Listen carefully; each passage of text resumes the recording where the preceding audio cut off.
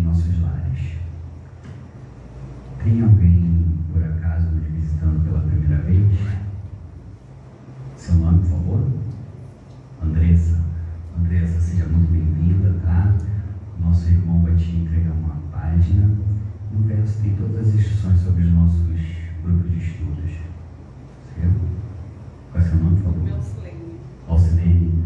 Alcilene, também seja muito bem-vinda. As nossas instruções serão entregues a você agora. Qualquer dúvida que você tenha, pode chamar qualquer um de nós, terapeutas, para que a gente possa te auxiliar, tá bom? Mais alguém? Não?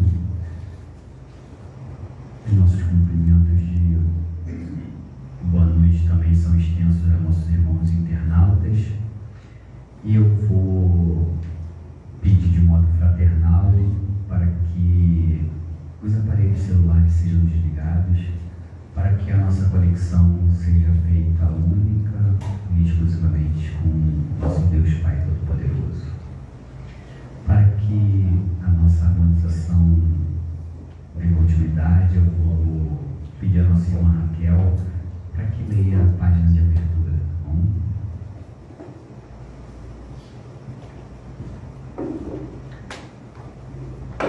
Boa noite, gente. A exemplo do Cristo, ele bem sabia o que havia no homem. João 2:25. Sim, Jesus não ignorava o que existia no homem, mas nunca se deixou impressionar negativamente. Sabia que a usura morava com Zaqueu, contudo, trouxe-o da sovinice para a benemerência. Não desconhecia que Madalena era possuída pelos gênios do mal, entretanto, renovou-a para o amor puro. Reconheceu a vaidade intelectual de Nicodemos, mas deu-lhe novas concepções da grandeza e da excelsitude da vida. Identificou a fraqueza de Simão Pedro, todavia, pouco a pouco, instala no coração do discípulo a fortaleza espiritual que faria dele o sustentáculo do cristianismo nascente. Vê as dúvidas de Tomé sem desampará-lo. Conhece a sombra que habita em Judas sem negar-lhe o culto da afeição. Jesus preocupou-se, acima de tudo, em proporcionar a cada alma uma visão mais ampla da vida e em quinhoar cada espírito com eficientes recursos de renovação para o bem. Não condenes, pois, o próximo, porque nele observes a inferioridade e a imperfeição. A exemplo do Cristo, ajuda quanto possas. O amigo divino sabe o que existe em nós. Ele não desconhece a nossa pesada e escura bagagem do pretérito. Nas dificuldades do nosso presente, recheado de hesitações e de erros. Mas nem por isso deixa de estendermos amorosamente as mãos. Fonte Viva, Emmanuel e Chico Xavier. Nós agradecemos a nossa irmã Raquel e agora vamos nos portar de forma confortável na cadeira, vamos fechar os nossos olhos, pensando no nosso amado Mestre Jesus, para o nosso momento de reflexão da prece.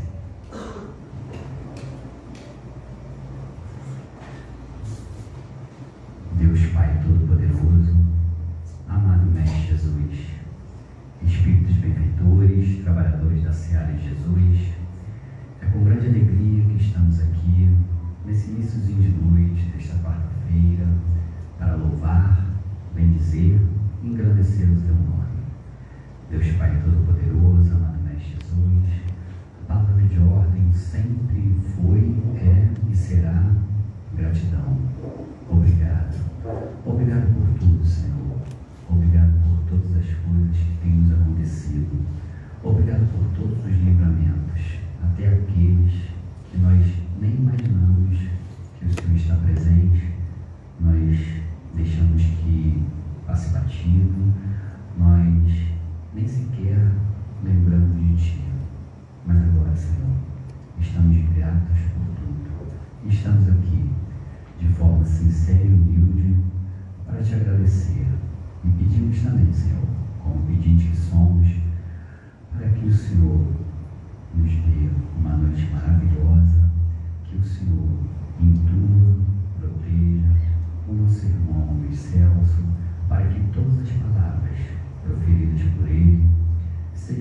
entrelaçadas ao nosso coração e que também possamos sair daqui bem diferente do que chegamos.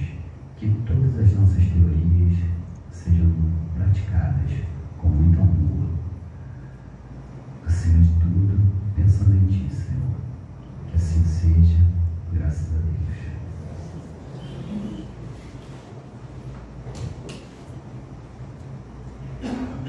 E agora, vamos pedir ao nosso irmão para que dê início ao nosso estudo de hoje.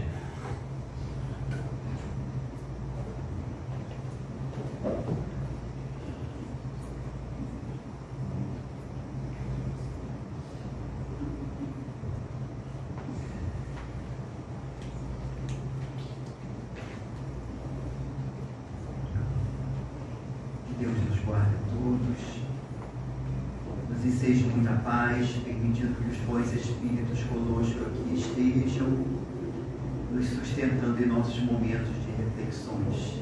Não só nós que estamos aqui presencialmente, mas também os que nos acompanham pelos mecanismos da internet. O espírito Amaral Ornelas, através da mediunidade de Francisco Cândido Xavier, nos ofereceu uma página que ele intitulou Jesus. E gostaríamos de iniciar as nossas reflexões desta noite trazendo essa página que se encontra no livro Poetas Redivivos. Diz Amaral Ornelas: reis, juízes, heróis, generais e tiranos, entre o ouro e o poder, de vitória em vitória, comandaram na terra a vida transitória, erguendo sobre o povo os braços soberanos. E passaram flemindo, arrojados e insanos, ébrios de ostentação e famintos de glória, detendo-se, porém, nos túmulos da história, relegados à dor de cruéis desenganos. Mas o Cristo, na palha humilde e pequenino, traz consigo somente o coração divino, na exaltação do bem que ilumina e socorre. E brilhando por sol generoso e fecundo, em todas as nações que engrandecem o mundo, é sempre excelso Rei do amor que nunca morre. Se nós pensarmos bem nestas palavras de Amaral Ornelas pelas mãos do Chico, nós realmente precisamos reconhecer que Jesus é esse sol divino que continua a nos acompanhar na nossa trajetória humana desde há muito. Interessante lembrar aqui, nesses momentos iniciais, por esta página de Amaral Ornelas, uma pergunta que foi feita a Chico Xavier em 1985, no programa de televisão da extinta TV Bandeirantes, no programa em que ele foi entrevistado por Hebe Camargo e Nair Belo, no Natal de 1985. E nesse programa foi indagado a Chico o que ele tinha a dizer sobre Jesus. E Chico vai dizer que ele tinha fé, a fé que todo cristão deveria ter naquele que é realmente a luz dos nossos caminhos. E mais adiante, Chico Xavier vai se recordar de uma passagem anotada pelo evangelista Lucas, que fala do momento em que José e Maria chegam ao templo com a criança nascida de pouco tempo, para cumprimento das tradições de apresentação da criança no templo. E às portas do templo estava uma figura que na narrativa de Lucas será identificada como sendo Simeão. E Simeão ali estava aguardando, porque conhecedor das profecias, sabia que estava por chegar o Messias. E quando ele divisa aquele casal, e sobretudo nos braços de Maria, aquela pequena criança, ele se aproxima e vai, olhando a criança, dizer que agora ele já poderia ser despedido em paz pelo Senhor. Senhor, despede em paz o teu servo, porque os meus olhos viram a salvação, a luz que vai alumiar o mundo. E Chico Xavier, recordando essa passagem de Simeão, ele vai dizer que realmente Jesus veio para iluminar os nossos caminhos. E vai fazer uma afirmativa que talvez nos traga alguns esclarecimentos acerca do momento em que estamos vivendo na Terra, nos dias da atualidade. Quando Chico vai dizer que ele notava que todos os grupos e todas as comunidades que se afastam de Jesus entram numa certa perturbação. E diria Chico que isso era compreensível, porque sem Jesus a nossa vida não tem a significação exata que deveria ter, e nós nos perdemos, nos tresmalhamos, porque estamos sem aquela bússola que nos indica o caminho. Certamente é essa a dificuldade, ou a causa das dificuldades que nós estamos atravessando na Terra nos dias de hoje. Nós, coletivamente, como esta coletividade humana, nos afastamos de Jesus.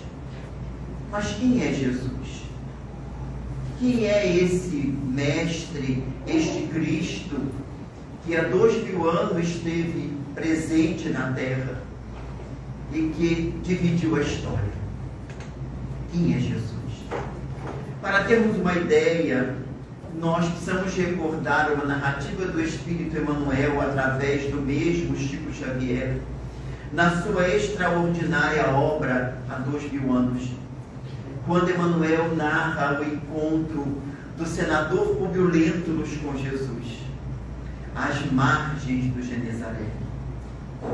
Se nós pudéssemos, em pensamento nesses momentos, nos transportarmos a Galileia e as margens do Genezaré e nos sentirmos como Públio Lentulus, naquela busca por algo que ele não sabia o que era. Ele não tinha dimensão de quem ele buscava. Suas preocupações era como poderia dialogar com aquele homem que ele, Públio Lentulus, considerava um homem da plebe.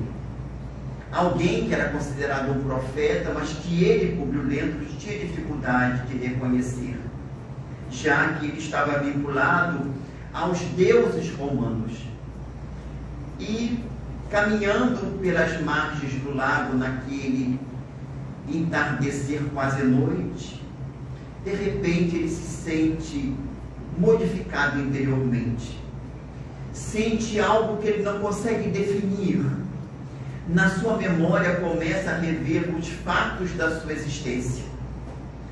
E de repente ele ouve passos. E diante dele vai se colocar uma figura que ele não teria dificuldade de identificar.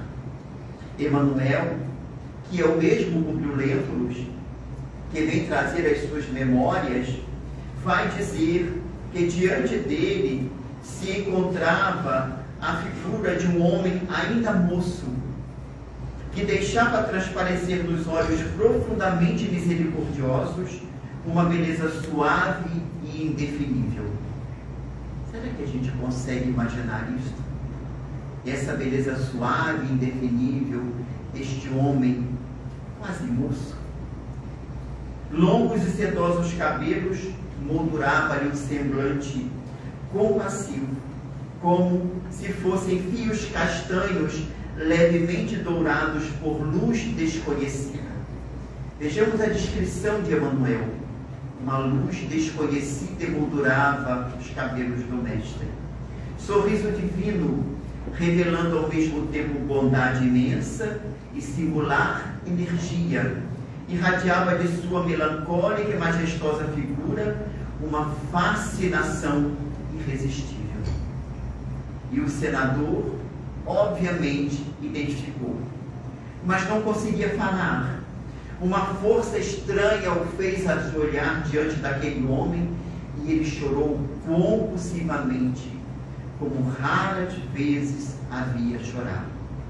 E em determinado momento, como se ouvisse uma voz interior, no dizer de Emmanuel, de espírito para espírito, de coração para coração, ele vai ouvir um questionamento: senador, por que me procuras? Vamos nos colocar na posição de Públio Lentulus. Jesus nos indagando: por que me procuras? E Jesus iria dizer ao senador romano, espraiando o olhar pelo firmamento, diz Emmanuel, como se estivesse a sua voz, que deveria ser ouvida por todas as criaturas humanas do planeta. Ele vai dizer ao senador: fora melhor que me procurasses publicamente na hora mais clara do dia, para que pudesses adquirir de uma só vez e para toda a vida a lição soberana da fé e da humildade. Isto é, que não o procurasse no isolamento para que ninguém soubesse, que ele o procurasse publicamente, que demonstrasse que estava buscando o Mestre. Mas Jesus vai lhe dizer: mas eu não vim ao mundo para derrogar as leis supremas da natureza, e venho ao encontro do teu coração desfalecido. Demonstrando que o Mestre jamais age com nenhum de nós com violência, impondo a sua presença, porque seria uma transgressão da lei divina. Ele faz o convite, mas a aceitação ou não do convite depende de cada um de nós. E nós deveríamos também pensar nesse questionamento que ele fez ao senador: por que me procuras? Será que estamos procurando Jesus à semelhança de Públio Lentulus para curar a enfermidade de alguém muito querido ou nossa mesmo? Ou para resolver algum problema material? Ou será que estamos procurando Jesus para nos deixarmos conduzir por sua mensagem? Com a finalidade de estarmos procurando o Mestre. E se ele estivesse diante de nós, o que nós responderíamos a ele? Talvez pensássemos como Públio Lentulus, que aquilo não era uma realidade, era um sonho. E ouviríamos de Jesus o que ele falou para o senador: não, meu amigo, não estás sonhando. Depois de longos anos de desvios do bom caminho pelo sendal dos erros clamorosos, encontras hoje um ponto de referência para a regeneração de toda a tua vida. Esta é a finalidade do nosso encontro com Jesus, a regeneração de nossa existência. Mas Jesus vai dizendo para ele: está, porém, no teu querer o aproveitar agora ou daqui a alguns milênios. Se o desdobramento da vida humana está subordinado às circunstâncias, és obrigado a considerar que elas existem de toda a natureza, cumprindo as criaturas a obrigação de exercitar o poder da vontade e do sentimento, buscando aproximar seus destinos das correntes do bem e do amor aos semelhantes. Isto é, que dependia só dele querer mudar o rumo da sua existência a partir daquele momento. Era o minuto derradeiro da sua existência, e isso Jesus vai lhe dizer: soa para o teu espírito neste momento um minuto glorioso, se conseguires utilizar tua liberdade para que seja ele em teu coração doravante um cântico de amor, de humildade e de fé na hora indeterminável da redenção dentro da eternidade. Imaginemos isso: Jesus falando ao senador orgulhoso de Roma que era o momento da renovação, da humildade, da fé, do amor para a sua existência. E imaginemos Jesus falando isso para cada um de nós. É o momento da transformação, da renovação, da modificação. Mas, como ele disse a Públio Lentulus, poderíamos ouvir também a sua referência: mas ninguém poderá agir contra a tua consciência se quiseres desprezar indefinidamente este minuto de vida. Sim, meus irmãos, não há violência na lei do Pai do céu. Não há nenhuma forma de imposição. Mas poderíamos indagar de nós para conosco mesmo. Quanto tempo ainda vamos adiar a nossa vinculação com Jesus? Passados 2000 anos do ocorrido, a figura de Jesus ainda é para todos nós pouco conhecida. Porque nós conhecemos as narrativas que estão no Evangelho, mas nós temos dificuldades de compreender a dimensão do Cristo. Quem é o Cristo? Quem é Jesus? O que ele representa para nós, as criaturas da terra? Vamos pensar um pouco. Será que nós temos a dimensão de quem é o Cristo?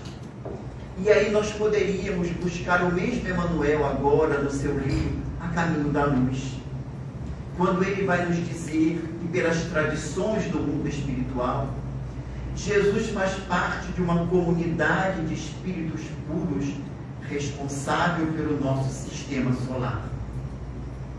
Dirá Emmanuel, nesse primeiro capítulo do livro A Caminho da Luz, publicado em 1940, que Jesus é um desses membros divinos dessa coletividade de espíritos puros que coordenam o nosso sistema solar. E vai esclarecer mais que a Jesus foi entregue pelo Pai do céu a formação do nosso planeta Terra.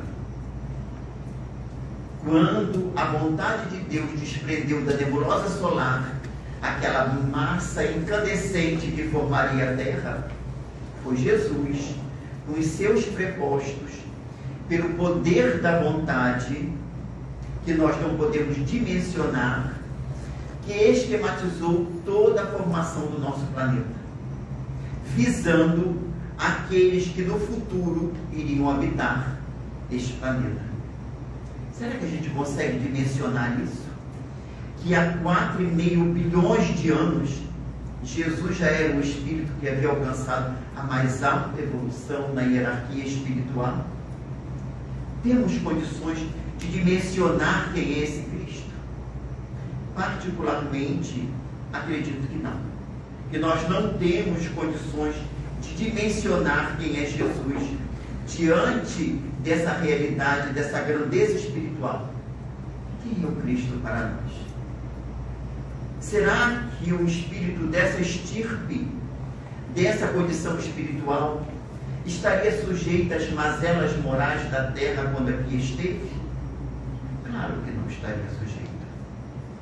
Porque para ele, a matéria que ele se utilizou para aqui vir habitar conosco, um corpo material e um mundo material como era a terra, não era empecilho para a sua condição espiritual.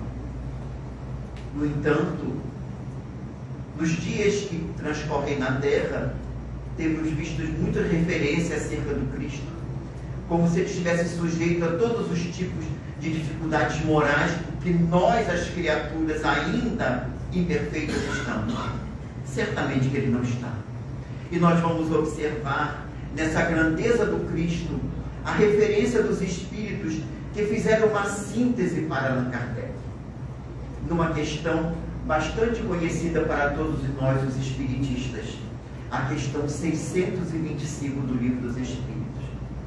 Já paramos para reflexionar na capacidade de Allan Kardec quando fez o questionamento, na resposta sintética dos espíritos e depois no comentário de Kardec. Vejamos como o codificador fez o questionamento aos guias da humanidade. Qual o tipo mais perfeito que Deus tem oferecido ao homem para lhe servir de guia e modelo? Vejamos que o questionamento de Kardec não diz que é qualquer tipo que foi oferecido. Qual o tipo mais perfeito que Deus tem oferecido ao homem? Vejamos que ele não diz que Deus ofereceu. Tem oferecido permanentemente para servir de guia e modelo. Homem aqui, obviamente, representando a criatura humana. que Deus tem oferecido permanentemente para servir de guia e modelo? E a resposta é sintética: Jesus. E Kardec vai comentar essa resposta e vai dizer: para o homem, isto é, para a criatura humana, Jesus constitui o tipo da perfeição moral a que a humanidade pode alcançar na Terra. Já paramos para pensar nisso? Que nós podemos alcançar o tipo de perfeição moral que Jesus representa na Terra? Claro que não será na Terra de provas e expiações. Será na Terra quando ela alcançar um outro patamar evolutivo, ou quando nós conseguirmos evoluir mais do que o mundo de provas e expiações. E aí, pela lei natural, nós sairemos da condição de necessidade de reencarnar em mundos de provas e expiações para reencarnarmos em mundos melhores. Mas é possível todos alcançarmos essa condição. E o comentário de Kardec deixa implícito de que, na verdade, a lei da evolução, ela é uma lei geral para todos. E o que Jesus fez antes da Terra existir, no seu processo evolutivo, já que, como vimos, antes da Terra existir, ele já tinha alcançado a condição de um espírito puro, nós um dia também poderemos chegar lá. Pelos nossos esforços, pelo nosso empenho. Quanto tempo vai levar isso? Não sabemos. Sabemos que todos vamos alcançar, porque não existe ninguém fadado a ficar eternamente atrasado. Chega um momento em que, pela lei natural, nós somos convidados a essa transformação. E Kardec, no seu comentário, vai continuar dizendo: Deus nos ofereceu, ou nos oferece, no caso, nos oferece Jesus, como o mais perfeito modelo, e a doutrina que ensinou é a expressão mais pura da lei do Senhor. Porque, sendo Ele o mais puro de quantos tem aparecido na Terra, o Espírito Divino o animava. No dizer dos guias da humanidade, Jesus, tecnicamente, não foi um médium, porque qual espírito poderia atuar sobre ele, já que ele é o mais puro quando esteve na Terra? Se ele foi médium, dirão os espíritos em A Gênese de Allan Kardec, ele foi médium de Deus, da inspiração direta do Pai do Céu. Por isso dizer que o Espírito Divino o animava, não é que ele era Deus encarnado, mas que, tendo alcançado o mais alto grau de evolução, a que é possível alcançar no ser, ele expressava em toda a grandeza o pensamento do Pai do Céu, as leis divinas. Por isso, ter afirmado que ele e o Pai era uno. Não era o mesmo Deus, mas era Filho de Deus que representava a divindade, como um embaixador representa a autoridade de um país, sem ser a mesma autoridade, mas é representante. Jesus foi a maior expressão de amor que a Terra conheceu. E Allan Kardec, no Evangelho segundo o Espiritismo, que este ano está completando 160 anos de publicação, no próximo mês de abril, já que o Evangelho foi publicado, a primeira edição, em abril de 1864, neste ano, então, completa 160 anos de sua publicação.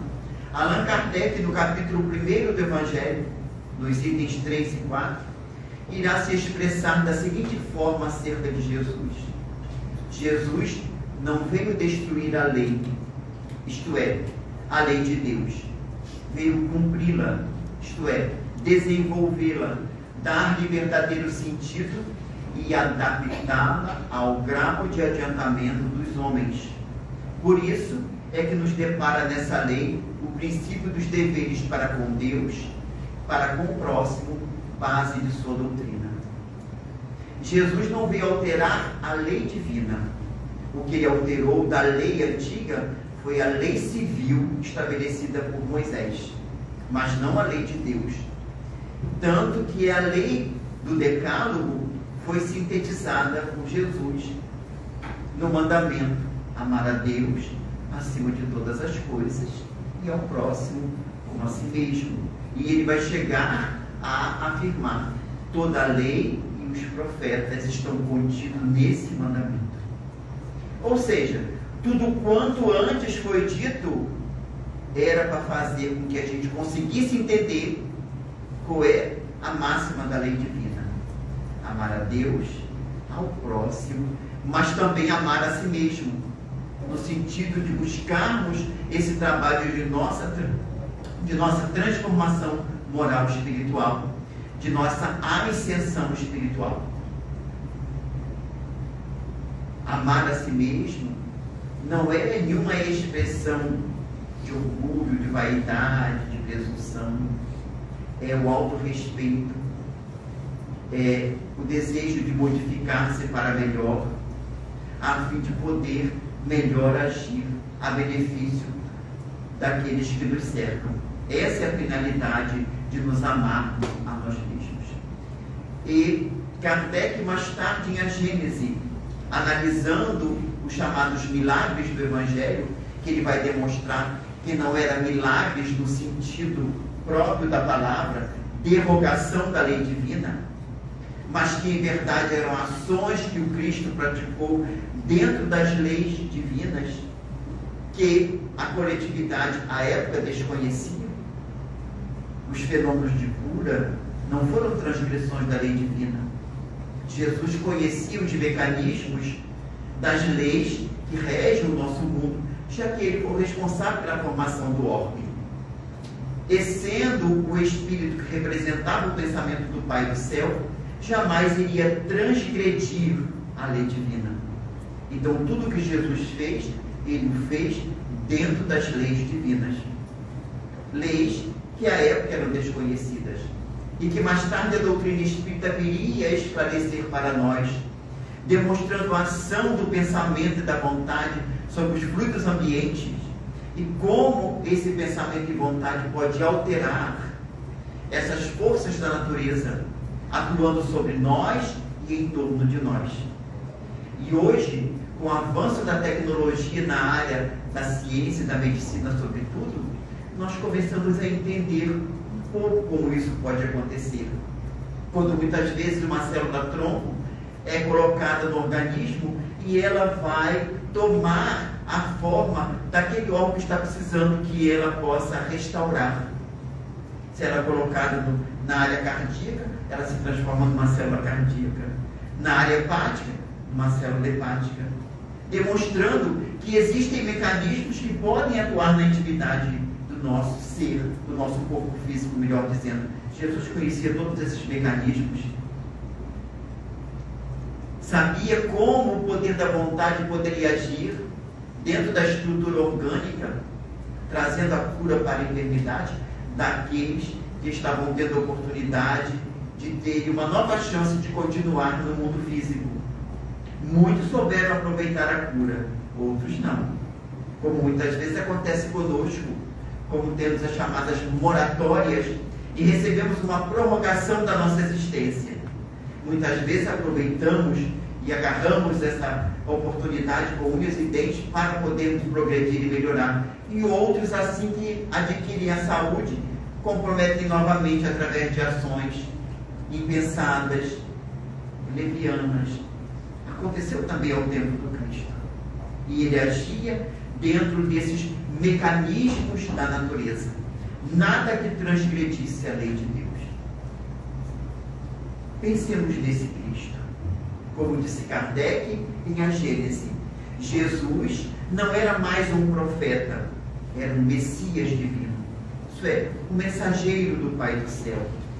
Essa referência acerca de Jesus nos permite verificar que, embora nos falte condição de compreender em profundidade quem é o Cristo e a sua grandeza, nós podemos pelo menos recordar que com toda a sua grandeza, ele veio ter conosco, transitou pela terra durante pouco mais de 30 anos, utilizando-se dos mecanismos que nós necessitamos para nascer na terra. Tecnicamente, a gente não diz que Jesus reencarnou, que ele nunca esteve na Terra antes do período em que ele esteve há 2000 anos. Então, nós dizemos que Jesus encarnou na Terra, isto é, pelos mecanismos próprios para uma encarnação no mundo físico. Ele veio, mas o corpo não lhe era barreira de espécie alguma pela sua condição espiritual.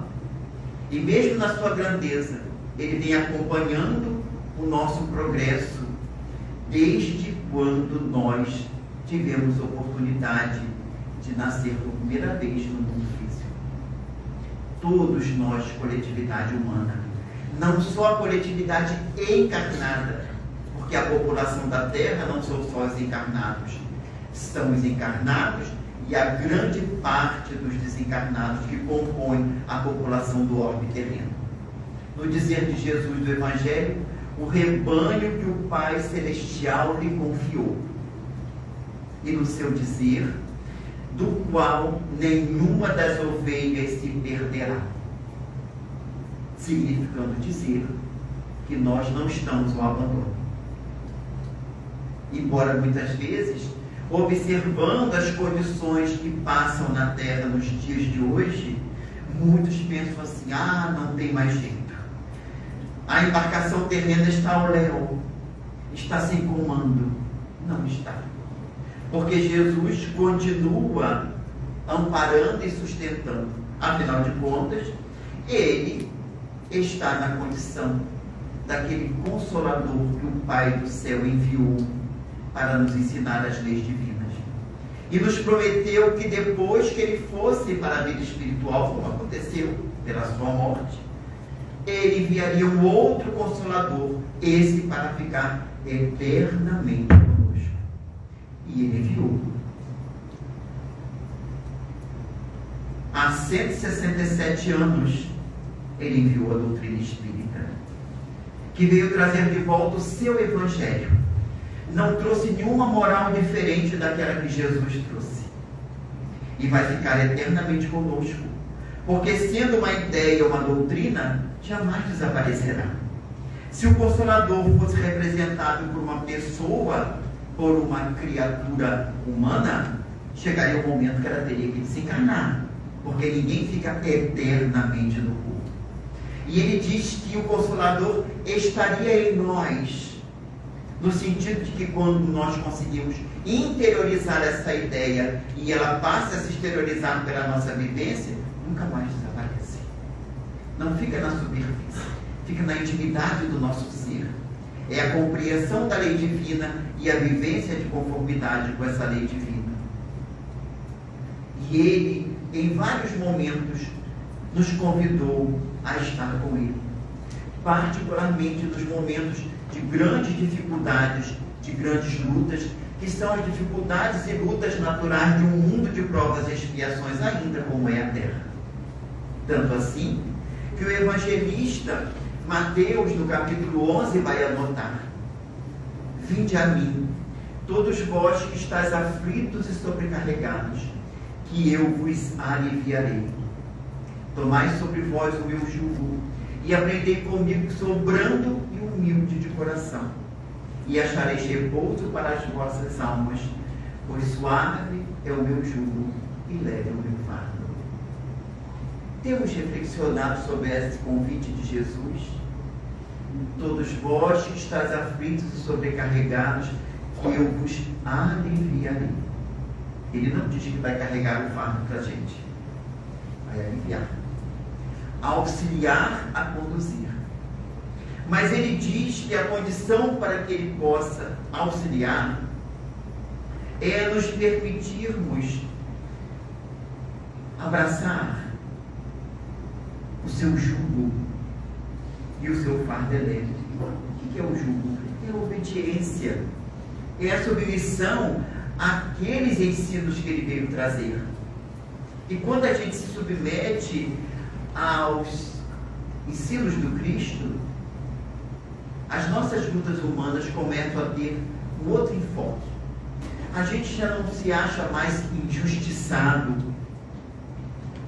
A gente já não se acha mais na condição daquele que está sendo punido por Deus. a gente começa a entender que tem uma razão de ser as nossas lutas.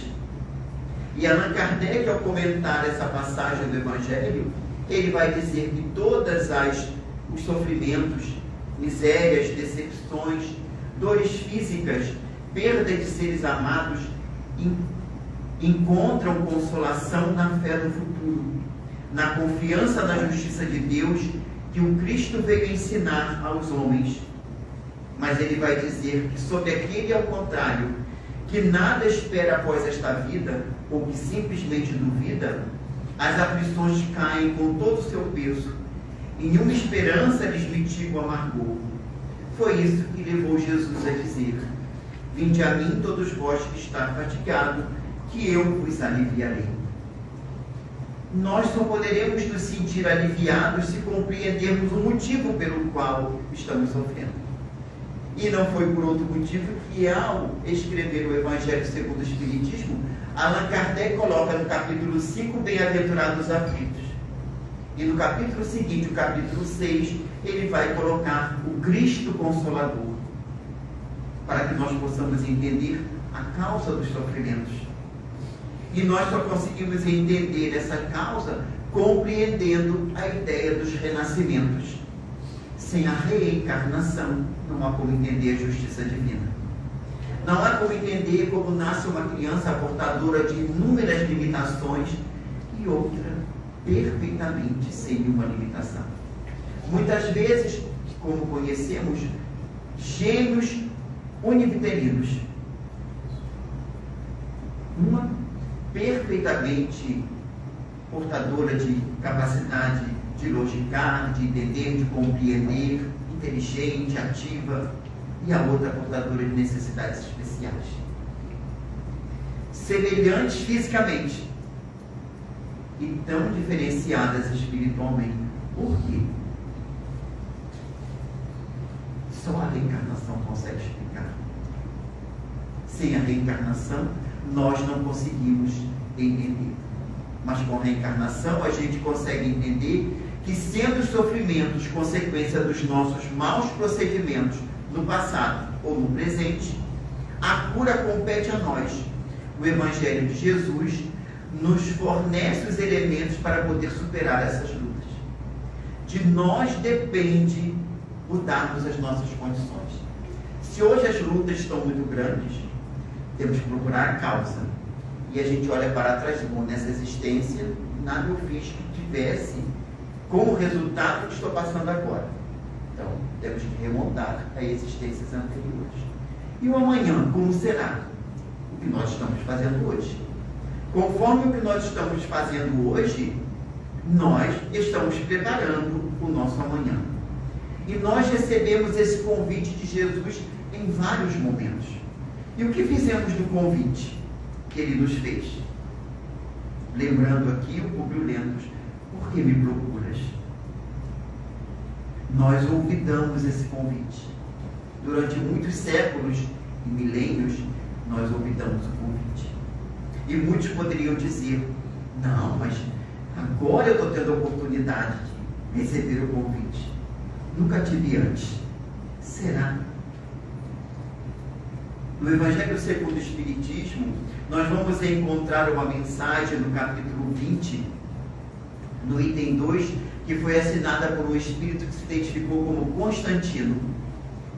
E esse espírito, em determinado momento, ele vai se dirigir a nós, os espíritas, e vai dizer assim: bons espíritas, meus bem-amados, sois todos obreiros da última hora. Bem orgulhoso seria aquele que dissesse: comecei o trabalho ao alvorecer e só terminarei ao anoitecer. Todos viestes quando fostes chamados. Todos viestes quando fostes chamados, um pouco mais cedo, um pouco mais tarde, para a encarnação cujos grilhões arrastais. Mas há quantos séculos e séculos o Senhor vos chamava para a sua vinha, sem que quisesses penetrar nela. Todos nós recebemos inúmeros chamados. Desde antes da vinda de Jesus. Porque a mensagem da lei divina foi espalhada por toda a terra, nos cultos chamados secretos no Antigo Egito, na China milenária, na Índia, na Grécia, em Roma. Nós vamos encontrar fragmentos dos ensinos de Jesus em todas essas culturas.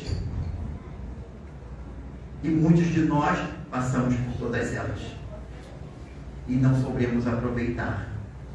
E dirá Constantino para nós nesta mensagem: eis-vos no momento de embolsar o salário, empregai bem a hora que vos resta, e não esqueçais nunca que a vossa existência, por mais longa que vos pareça, mas não é do que um instante fugitivo na imensidade dos tempos que formam para vós a eternidade. Como passa depressa a existência física? Há pouco antes de começarmos a atividade, conversávamos com um coração amigo, pensando quanto tempo faz que viemos aqui nesta casa por primeira vez. E parece que foi ontem. Porque o tempo passa muito depressa. Rapidinho. Quando a gente vê, já estamos sendo convocados ao retorno. E a gente diz: espera mais um pouco. Prorroga um pouquinho mais a promissória, que a gente promete resgatar o débito. E a misericórdia divina vai nos dando esta prorrogação. Até quando a gente não sabe. Por isso Constantino dizer que nós estamos no momento de embolsar o salário, mas para tanto precisamos aproveitar o nosso tempo. E nós, meus irmãos, temos essa bênção que é a mensagem espírita, que é esse consolador que Jesus prometeu. O que temos feito da mensagem de Jesus? Como temos utilizado essa mensagem que o Cristo nos ofereceu?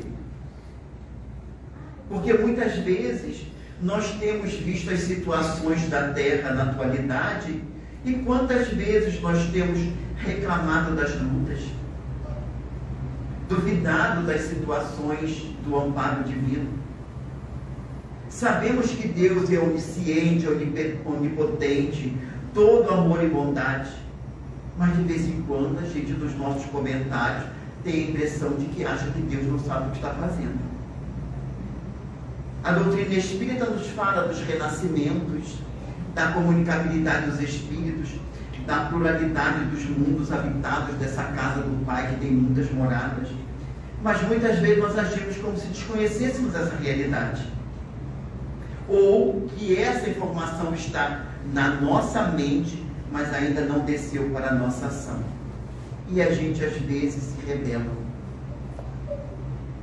É importante pensar que a doutrina espírita, ela não vem nos exigir perfeição nas nossas atitudes. Ela vem nos exigir, ou melhor, nos convidar, seria a expressão mais adequada, ao esforço para transformar a nós mesmos, superando as nossas limitações. E não foi por outro motivo que Allan Kardec, ao intitular-se o verdadeiro espírita, ele vai dizer que para ser verdadeiro espírita é necessário aceitar pessoalmente todas as consequências da doutrina e praticar ou se esforçar por praticar a sua moral. Vejamos que ele diz que não é só quem pratica, é quem está se esforçando por praticar. Então todos nós podemos ser verdadeiros espíritas. Verdadeiros espíritas. Porque a gente às vezes diz assim: bem, mas sou tão imperfeito, né? Como é que eu vou realizar alguma coisa? Exatamente para que a gente possa evoluir e que a gente começar a fazer alguma coisa, trabalhar por dentro. Porque no início a gente precisa adquirir um hábito. Nós adquirimos os maus hábitos em várias existências. Agora, para adquirir bons hábitos, a gente tem que repetir. Repetir. E é por isso que nós repetimos as lições. E é por isso que Jesus veio estar conosco. E continua nos amparando e acompanhando a nossa trajetória na Terra. Porque Ele é a luz do princípio. E continua acompanhando a trajetória de todos nós nas circunstâncias que estamos vivendo na Terra. Mas muitos poderiam dizer: bom, mas temos ouvido notícias de guerras. O mundo está em conflito. temos a impressão que uma hecatombe está próxima a acontecer. E aí vem os vaticínios. Basta a gente abrir a internet e as mensagens, as mais tenebrosas, vamos encontrar. Muitas delas, infelizmente, com o nome de entidades venerandas, que jamais trariam mensagens que pudessem trazer o temor, o horror, a tragédia. Mas a gente esquece dessa realidade. É um princípio básico do pensamento espírita. Os 9 guias, os espíritos superiores, nunca se utilizam do temor para nos ensinar e nos educar. E a gente fica pensando, como será? O que vai acontecer com a humanidade? Estamos ao léu? Não estamos. Jesus é esse Consolador, esse Cristo Consolador, que continua acompanhando a trajetória nossa de criaturas humanas. E quando o momento for mais adequado, certamente as coisas irão se modificando, na medida em que nós também nos modificamos. E aonde nós encontramos isso? Numa mensagem que está no livro Há 2000 anos, o mesmo que usamos no início. Lá no iniciozinho de Há 2000 anos, existe um subtítulo Na Intimidade de Emmanuel, com a transcrição de várias mensagens que Emmanuel foi dando antes de começar a escrever a obra pelo Chico, durante a recepção da obra e quando terminou a obra. E numa mensagem de 30 de setembro de 1938, portanto já mais de 80 anos, ele vai dizer em determinado momento, falando sobre o Império Romano, um império que temos a impressão, quando a gente vê a história, que nunca desapareceria. Aliás, era a ideia que os romanos tinham, que o império nunca terminaria. É o pensamento de Públio Lentulus quando encontra Jesus, quando pensa na grandeza do império e que Jesus vai dizer que poderia se transformar futuramente em pó pela poeira do tempo, e basta que for a Roma nos dias da atualidade, as escavações vão encontrar a grandeza do império enterrada sobre a atual cidade, que também um dia desaparecerá, como tudo na Terra tem o seu momento. E nessa mensagem de 1938, Emmanuel, falando sobre o Império Romano, vai dizer em determinado momento, com relação a Jesus e ao que ele vai chamar da Babel, romana: permitistes que a Babel romana se levantasse muito alto, mas quando viste que se ameaçava a própria estabilidade da vida no planeta, disseste: basta, são vidos os tempos de operar-se na seara da verdade, e os grandes monumentos, como as estátuas dos deuses antigos, rolaram de seus pedestais maravilhosos. Um sopro de morte varreu as regiões infestadas pelo vírus da ambição e do egoísmo desenfreado, despovoando-se então a grande metrópole do pecado.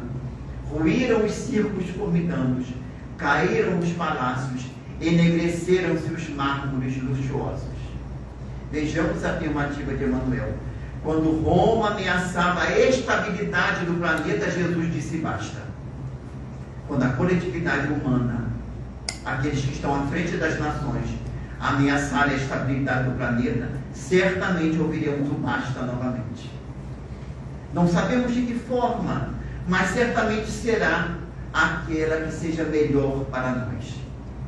Porque, como Jesus disse e anotou o evangelista João 14, 18, ele mesmo afirmou que nunca nos deixaria órfãos de sua assistência.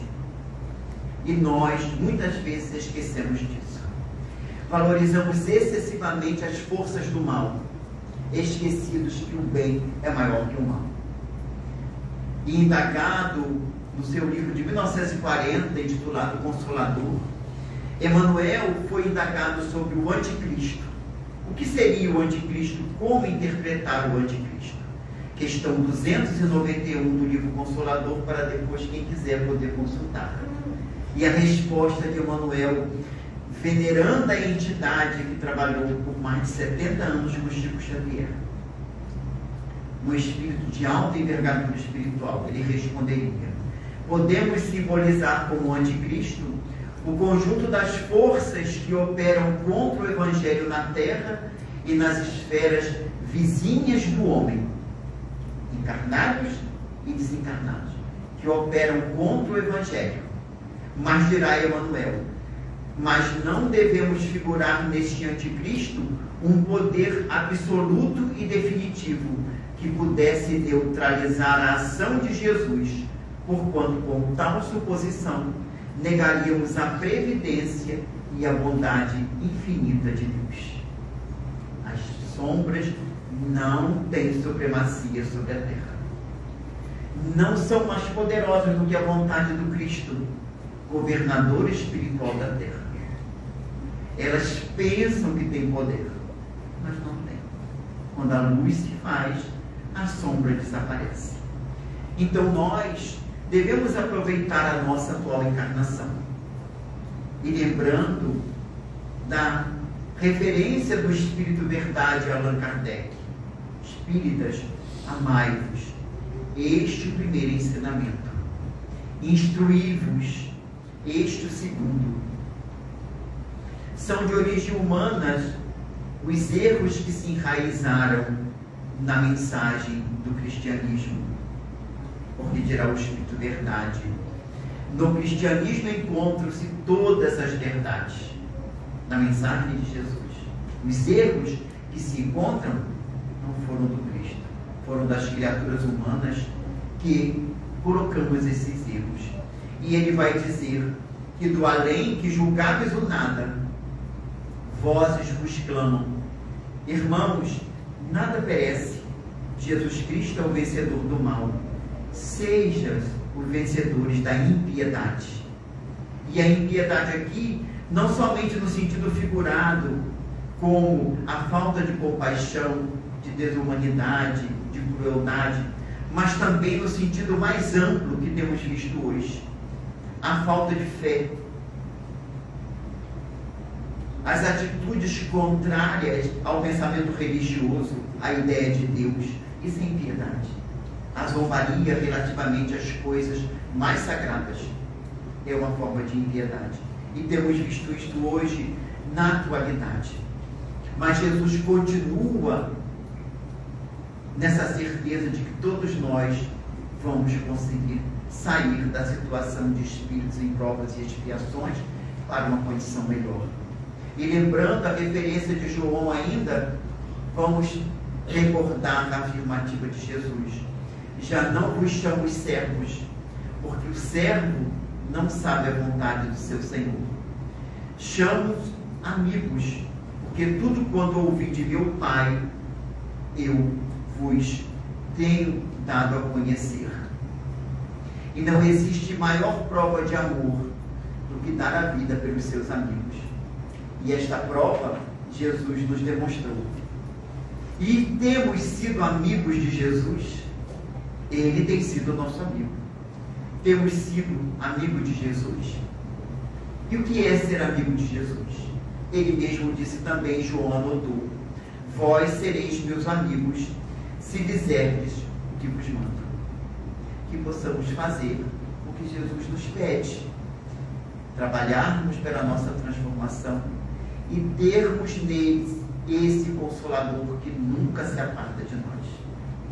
E que possamos ouvir nos momentos mais difíceis da nossa existência, onde muitas vezes estaremos sozinhos fisicamente, mas sempre amparados espiritualmente. Tende bom ânimo, eu estou.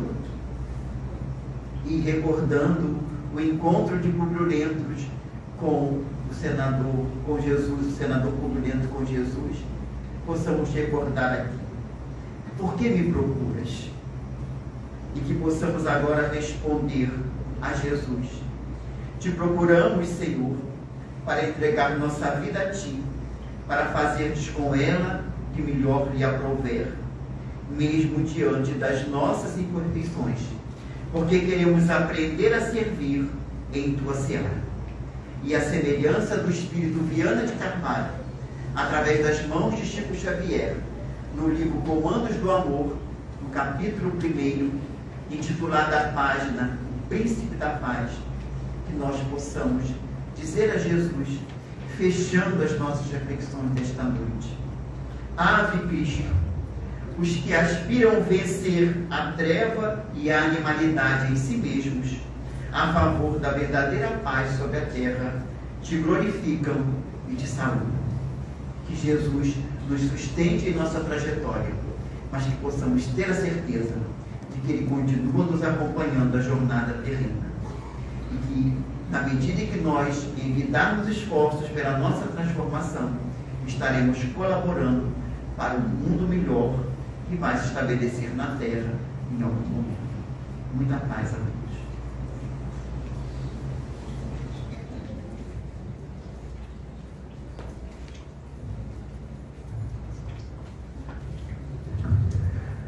Nós agradecemos ao nosso irmão dos céus pelas belas palavras benditas aqui nesta noite. Esperamos também que essas palavras sejam reflexões não só durante a noite, mas para a nossa vida, né? E agora temos alguns recadinhos. Na próxima sexta-feira, dia 2 de fevereiro, como algumas pessoas já sabem, o estudo aqui é proferido por nós mesmos, os tarefeiros. E na próxima sexta-feira teremos a nossa irmã Dedé e o nosso irmão Levivaldo com o tema Intervenção dos Espíritos. Na próxima quarta-feira, no dia 7 de fevereiro, teremos o nosso irmão Paulo Jorge no título Evangelho do Cristo. O Centro Espírita João Evangelista nos oferece uma conversa fraterna, que é nada mais nada menos do que o encontro com um tarefeiro da casa, extremamente sigiloso, que o atendido reporta toda e qualquer situação constrangedora ou, aparentemente, que o impede de seguir a trajetória. Esse encontro, como nós já falamos, é de extremo sigilo e ele é oferecido às quartas e sextas, e esse encontro é sempre feito 1 hora antes de a palestra começar. Às quartas-feiras, esse encontro é feito às 19 horas e às sextas-feiras às 18 horas. Aquele que fez a conversa fraterna, não hoje, né, nas semanas passadas, pode ir à salinha do som, que haverá resposta dos espíritos. O Centro Espírita João Evangelista também oferece uma orientação de como devemos proceder no culto do Evangelho no lar. É uma atividade muito prazerosa e aqueles que se sentirem à vontade podem procurar a nossa irmã Dedé, que ela tem todas as orientações para que possamos fazer toda semana esse culto. Temos também aqui o nosso grupo de preces, que ele atua às sextas-feiras. Você que tem algum problema pode, na entrada, se dirigir a algum dos 2 livros, Desencarnado ou Encarnado, e colocar o nome daquela pessoa, ou o nosso nome mesmo, para que durante 3 semanas nós possamos ficar orando para que a enfermidade ou alguma coisa seja amenizada. E se você achar que o problema ele é mais audaz, você pode colocá-lo numa fichinha e depositá-lo numa caixinha, né? E esse nome também perdurará por 3 semanas com nós mesmos, orando para a gente, para que essa enfermidade ou essa ideia seja amenizada. A cantina nos informa que ainda há salgados e é informado também que a evangelização terá matrícula no dia 17 de fevereiro. Então, aqueles interessados podem procurar os irmãos tarefeiros, que todas as orientações serão dadas. Agora, aquele momento do passe, que a gente costuma falar que não é obrigatório, mas é extremamente benéfico.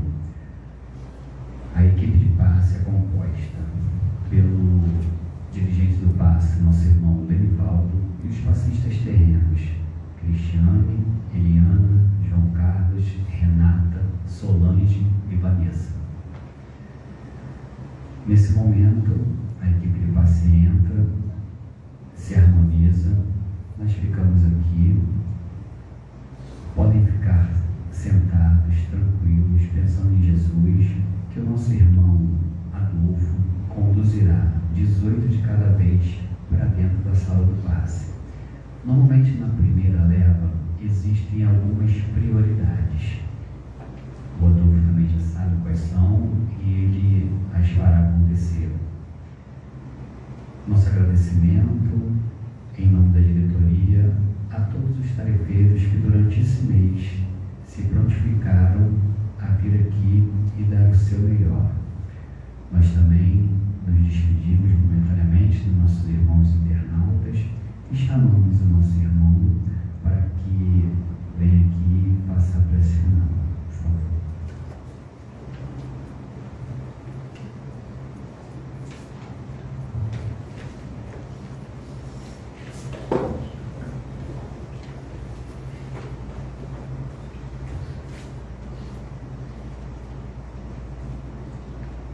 Amigo Jesus, divino condutor da embarcação terrena, agradecemos, Senhor, o ensejo de nos encontrarmos aqui nesta noite, convivendo fraternalmente, neste ambiente que nos enseja reflexões em torno do Teu Evangelho. Agradecemos aos bons Espíritos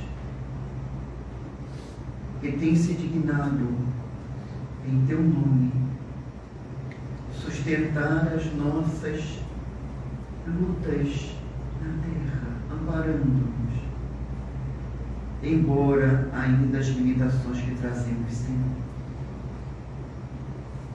Agradecer pela misericórdia de acréscimo, nos ensejando alguns instantes que pudéssemos pensar em torno de Tua presença, embora ainda não tenhamos condições, Senhor, de entender a Tua grandeza. Abençoa os que aqui nos encontramos em ambos os planos da vida, os que já foram lembrados no transcurso da nossa reunião, os que acompanharam através dos meios que a tecnologia oferece, para que também receba as irradiações benfazejas de Tua amorosa assistência. E abençoe a humanidade, Senhor, nesta hora grave que atravessamos na terra. Que a Tua divina assistência, através dos Teus prepostos, possa minimizar, tanto quanto possível, as experiências que ainda necessitamos atravessar coletivamente, para que possamos crescer espiritualmente em direção à Tua divina presença. Nos despede assim em Tua paz nesta noite, permanecendo conosco, Senhor, mas que possamos também estar contigo. Que assim seja.